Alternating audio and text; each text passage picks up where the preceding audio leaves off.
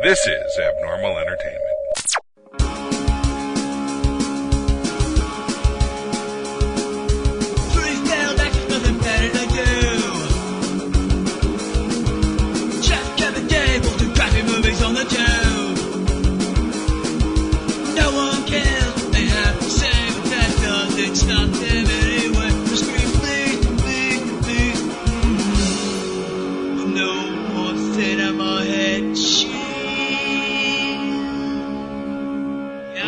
Welcome, everybody, to the Cinema Head Cheese Podshort for Jumanji. Welcome to the jungle. This is Kevin Moyers, and I did not see the original Jumanji way back when Robin Williams brought a board game to some kids, and they went into crazy world. This was new to me as far as this goes. I mean, I got the gist of the old one, and if you haven't seen the old one, it does not matter at all. There's a kind of a reference to it in that these kids find a board game in the 90s, and this kid, one kid takes it home and he's looking at it, he's like, who's playing a board game? And he has it's almost like a Super Nintendo. And he opens the case that had the board game. It's like in a weird briefcase, but he opens the case that had the board game in the morning, and suddenly the board game's gone, but there's a cartridge. And he's like, oh, that's friggin' weird. So he plugs in the cartridge, and you see from outside of his house, like, whoo, lights flash, he gets sucked right into the game. 20 years later, it's hard for me to say 1996 is 20 years ago. That's rough. I graduated high school in 94, so really rough. Anyway, these high school kids get detention, 4 of them. You have the nerd, the jock, the hot girl, and then the awkward girl. It's very Breakfast Club, right? You have your Molly Ringwald, your Ali Sheedy, your Anthony Michael Hall, and your Emilio Estevez. I think the only thing you're missing is Judd Nelson, and he's kind of the kid that got caught in it the first time. So it's pretty much it. But they all get detention for different reasons, and one of their tasks is to clean the basement or clean this room in the school that's going to be turned into like a computer lab or whatever. So they're cleaning it, going through these magazines they have to recycle, and the jock finds this video game system, and it's the kid that disappeared, his video game system. By the way, that kid is well known, like famous in the town for disappearing. His house, which was this nice, kind of, if you remember like that plantation house in Forrest Gump, it kind of looks like that. It's all run down 20 years later on the outside. The father still lives there. And he kind of looks like the principal from the Breakfast Club, which is funny. But he, yells at people to stand out front of the house, shit like that. They have a name to it. I forget what the hell the name is. But, like the Freak House or some shit like that. And, they plug in the game. The nerd gets it all set up on, the little AV computer. They have metal chain to the the rolling stand. But he gets it hooked up, and they're like, all right, let's play. And they each pick characters. There's 5 options. But the top option is blocked out for some reason. They can read the name, but it's like gray. It's some pilot. Like, all right, whatever. So the nerd kid, and if you've seen the trailer, you know this. The nerd kid chooses this doctor. He's like, all right. The jock, who's a huge dude, picks somebody. He thinks it says Moose, but you can see it's actually a U, just kind of a weird looking use. The character's name is Mouse. But he thinks it says Moose, which I could see, they designed it in a way where you could take it either way. There's, the hot girl decides to take the curvy scientist, whatever. And then the last girl takes, Ruby Roundhouse, I think was her name. She's, like an active, like dance fighter and all this other shit. So they all get sucked into the game, crash land in the forest. The nerd is, of course, Dwayne Johnson. The jock becomes Kevin Hart. The hot girl becomes Jack Black. And then the kind of awkward girl, goth girl sort of, becomes Karen Gilliam from, her from Guardians of the Galaxy. She's Nebula. So they're all kind of different. I won't exactly say opposites necessarily from what they really are, but kind of. They all find their strengths and weaknesses by patting their chest. Little box comes up and they can see. One of the, like, Kevin Hart's weaknesses, Mouse, is he's cake, which I think I've seen that. That was in a trailer as well. He eats cake and he explodes. It's craziness, but they get in there, they figure out that they're in the game and they each have like 3 bars on their wrists. And that's how many lives you get. And, they figure that out as well after, Jack Black gets eaten by a hippopotamus. So, that's right in the beginning of the game part. But, it's pretty cool the way they set it up because a Jeep pulls up at one point and it's Rhys Darby, who's a comedian from New Zealand, really funny guy, but he speaks in sort of cycles, like he's part of the game. And, when you play those kind of, I don't want to say role-playing, those sort of adventure games where, you have a map you have to go through and all this stuff, you do run into those characters that they just repeat the same thing every time. So he's the first person you see that way, talks to them by their character names, etc. And he explains to them what the game is. And there's this big jaguar rock, and it has this stone in the middle of its forehead. Well, this evil adventurer, which is like the Rock's former partner in the game, who's played by the dude who, God, I'm so bad at this. Every time you people probably yell at me. I don't fucking blame you because I do it too. I yell at podcasts. What the fuck? All right, hold on. Bobby Cannavale.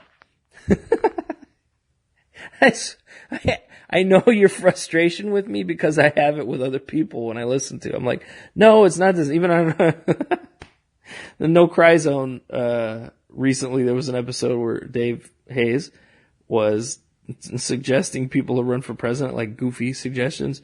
And he suggested Seth Rogen, and I'm yelling at him into the I could text him, but I don't. I'm yelling at the fucking podcast. I'm like, he's Canadian, you fucker. He can't be president. I'm like, how do you not know this? Anyway, I totally understand. I swear to God, if you listen to me all the time, you probably yell at this fucking show like nobody's business because of the shit I do. All right. Bobby Cannavale. He gets this, he goes, pries this stone out, and he becomes this evil thing, and he can control the animals. Right? It's no longer a peaceful, sunny, sunshiny, paradise place. And it turns dark and gloomy, and he controls the animals, and there's like bugs crawling out of his ears and shit. It's pretty cool. But, and I love everything that guy does too. He's always great. Good guy, bad guy, it doesn't matter. He's always great. So, the whole goal of the game is to get through these different levels and get the stone and replace it in the Jaguar's head. They made it feel like one of those old games. In the recurring characters, in the way the fights went, in the different, like, there's a challenge at the end of each level that they have to get through. And it's really great. I think they did a good job with it. They made it fun. You do believe that the characters are their real selves. They portray, Dwayne Johnson portrays this nerdy, insecure kid really well. Kevin Hart plays the big, loud jock really well. Karen Gillan does the awkward, goth girl sort of thing, even though, like, what you've seen her in, what you know her for best, she's a total badass as Nebula. So, it is opposite their type to play. And Jack Black does a really good job as the hot girl. You know what I mean? And playing very feminine. And he's believable. He's fully believable as this girl. And and at this point, none of these actors are people, like, you look at them, you see them for the most part. But Jack Black, really, you got past who he is and saw this character. And I thought he's probably the best part of this movie, the way he plays this girl. But the way they get through it is super fun. There are a lot of great jokes. And while it is family friendly, my daughter and I wanted to see this movie since we first saw the trailer. The kid laughed hardest, I'm not even kidding you, at a dick joke in the movie. She's 9. If you have listened to this enough, or any of our other shows, and heard me, it's my kid, so, that's how it goes. But I thought that was really funny. Now, it's an innocent enough joke, but it's still a dick joke. And a little bit of a spoiler, Jack Black, he has to pee and doesn't know what to do because he's never had a dick before, right? So it's a girl trying to learn how to use a dick, and it's a funny scene, them teaching her, and there's a couple lines that Black says that are just fucking gold. And my daughter was laughing hysterically at it, and I was like, yeah, that's mine right there. So, it's well worth your time. If you're a fan of the original, who knows if it's comparable, cause I don't know. I didn't see the original. That's one of those classics that's been on my list. Like, I need to watch that one day. And it's not on Amazon or Netflix or anything like that. I'm sure at times like this, they either put it up to get people excited, or they know people are going to watch it, so they pull it to get you to buy the old DVDs or whatever. I don't know how that works, marketing wise, but I will see it. I will see the original eventually, but the sequel is just great and a lot of fun. And it's a total popcorn flick. It's exactly what it is. It's perfect for just going, hanging out at the movies, chilling, have fun with the family. Yeah, you might have to answer a question about, the word penis, but grow up. You all have to learn that shit sometimes, okay? I showed my daughter the Mr. Hanky South Park episode for the first time this Christmas, and I'm not even kidding. I have never seen that kid laugh harder in my life, in her life, never. And she was dying. The Kyle's Mom's a Bitch song, she's like, ooh! They're gonna learn this shit. Don't panic, because there's a penis joke in a family film, okay? It's just the way it is. Go, have fun, enjoy it. Don't get all crazy about, Oscar-worthy shit. They played the trailer for Rampage before then, which is based on that 90s video game, where it's basically King Kong, Godzilla, and a giant fucking wolf punching buildings, which was one of my that was my go-to arcade game. I'm going to see Rampage with The Rock because it looks stupid as fuck, and I can't wait. So, just go and have fun. It's what we need to remember when we go to these things now. People get all uptight about little bullshit in movies, go have a good time. It's a great family film. Go get your movie pass and do it. I mean, goddamn, I've seen so many things with that. It's great. So, anyway, that's my recommendation. Great family fun. And, yeah, that's that. Don't forget, head over to bunny17media.com and use the code CHC when you check out, and you will receive 15% off of anything you purchase there. I really want you to, this is what I want people to do. The highest selling book in December for us was How to Quit Being an Asshole in 5 Easy Steps. And I'm sure people were, and this is mostly through Amazon, I'm sure people were just looking up asshole book or asshole or whatever and using it as a stocking stuffer.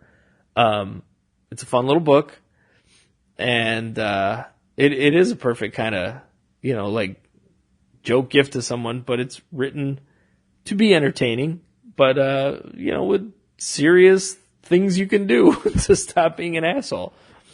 I would love to send a bunch of these to our current administration.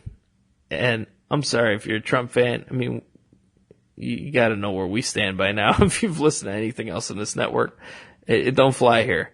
So if you want to, if you purchase a book, a copy of How to Quit Being an Asshole and 5 Easy Steps, I will, and I promise you this, I will send a copy for every copy purchased using the CHC code, which means I make less money doing this, but I don't care. I will send a copy to the White House for everything purchased using the code CHC. Every copy of How to Quit Being an Asshole, I will send a copy of it to the fucking president. I don't care. Let's do this. Let's drive him crazy. And you get a fun book on the side. So you get to call 2 people assholes or yourself, whatever, at the same time. So go to bunny17media.com, code CHC. If you buy How to Quit Being an Asshole in 5 Easy Steps, I will send a copy to the president. On me. Worth it. Totally fucking worth it. Right next to Fire and Fury. He can put it on his bookshelf. Fuck him. All right. Yep. Go see Jumanji. Go get some books. I'll see you next time.